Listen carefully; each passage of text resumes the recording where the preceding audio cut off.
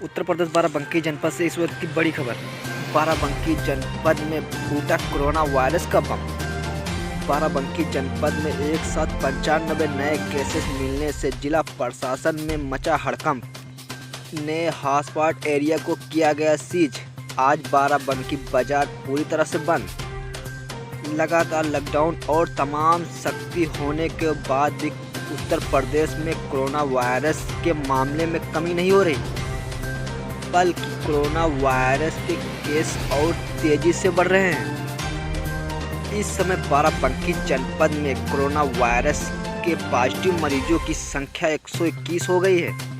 आइए देखते हैं बाराबंकी के जिला अधिकारी आदर्श सिंह और पुलिस अधीक्षक अरविंद चतुर्वेदी जी ने क्या जानकारी दी है। बाराबंकी जनपद से जिला ब्यूरो चीफ से मुख्तार की एक खास खबर। ये देखिए, एफिशिएंट मैनेजमेंट है मैन पावर का, क्योंकि मैन पावर उतनी ही है, अलग से कोई फोर्स इस चीज़ के लिए नहीं मिल रहा है। आगामी दिनों में त्यौहार भी हैं, उनकी व्यवस्था भी करनी है, तो हमें जन सहयोग मिल रहा है। और जहाँ भी हॉट स्पॉट हैं वहाँ नियमानुसार डिप्लॉयमेंट भी हो रहा है। निगरानी समितियों में भी हमारे लोग हैं। और हमारे लिए एक बड़ा चैलेंज हाईवे की मॉनिटरिंग भी है, क्योंकि काफ़ी लंबा हाईवे डिस्ट्रिक्ट है।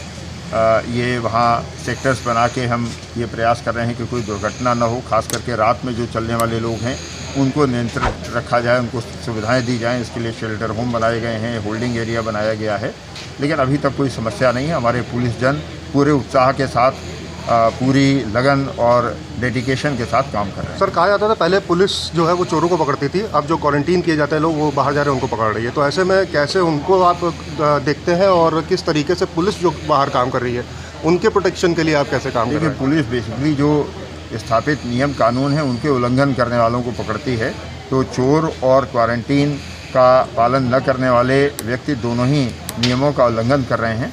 लेकिन यहाँ फ़र्क ये है कि हम इनको सजग करते हैं कि आप अपने स्वास्थ्य के साथ, अपने परिवार के स्वास्थ्य के लोगों के स्वास्थ्य के साथ खिलवाड़ कर रहे हैं, इसलिए इन्हें पहले हिदायत दी जाती है और रिपीटेडली अगर कोई व्यक्ति नहीं मानता है तो उसके खिलाफ विधिक कार्रवाई की। बड़ी मोटिवेशन की ज़रूरत पड़ती है पुलिस को, जो हाईवे पे काम कर रही है वैसे जो काम कर रही है, उनके लिए आप पर्सनली क्या करते हैं?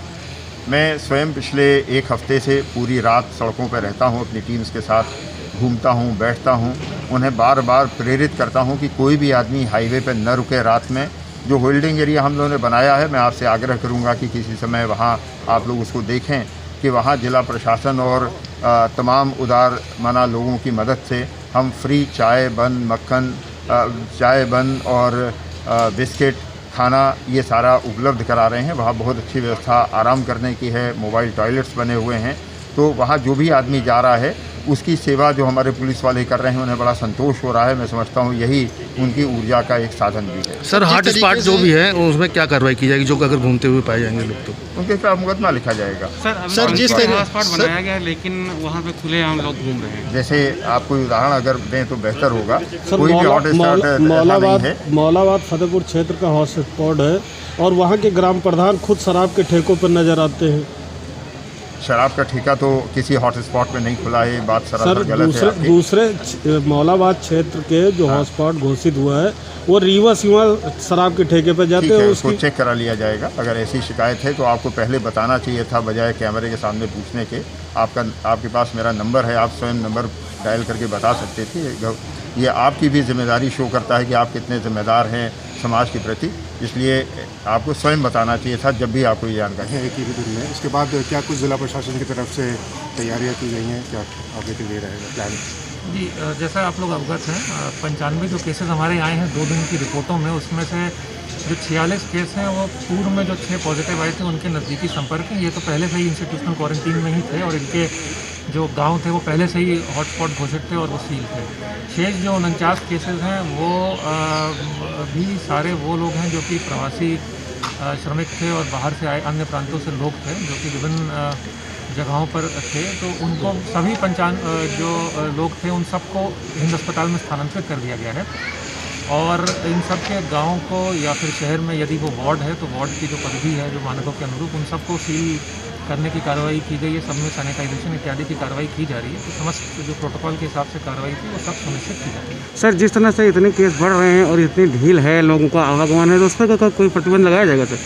देखिए, प्रतिबंध की जहाँ तक बात है, आप सबकी जानकारी में है कि जहाँ पे केस पाया जाता है उसमें मानक के अनुरूप उसे हॉटस्पॉट घोषित किया जाता है। 21 दिन तक वहाँ पे एसेंशियल सर्विसेज को छोड़ के और किसी भी प्रकार का व्यापार या आवागमन नहीं हो सकता है, और वो उसको इम्प्लीमेंट किया जा रहा है जहाँ जहाँ पे भी इस प्रकार की घटनाएं आ रही हैं। उसके बावजूद नहीं चीज़ें अगर सामने आ रही हैं तो इसको लेकर के क्या आप कार्रवाई करेंगे मार्केट्स में और बाहर बाजार में? देखिए, इसमें बात सही है, अपील हम सब करते आ रहे हैं और हम में से अधिकांश लोग इसका पालन भी करते हैं। कुछ जगहों पे अपवाद भी है कि इसका पालन नहीं हो रहा है और ऐसे लोगों को समझाया जाता है, फटकारा जाता है, फिर भी नहीं मानते हैं। तो जो हमारे पास विधि व्यवस्था है उसके अनुरूप हम लोग कार्रवाई भी करते हैं और कई जगहों पे FIR भी हुई है। लेकिन ये बात अब हम सबको समझनी पड़ेगी, हमें सबको स्वानुशासित होना पड़ेगा और कोशिश करनी पड़ेगी कि हम लोग पूरे ईमानदारी से और पूरी अनुशासन से लॉकडाउन की शर्तों का अनुपालन करें। Thank you sir.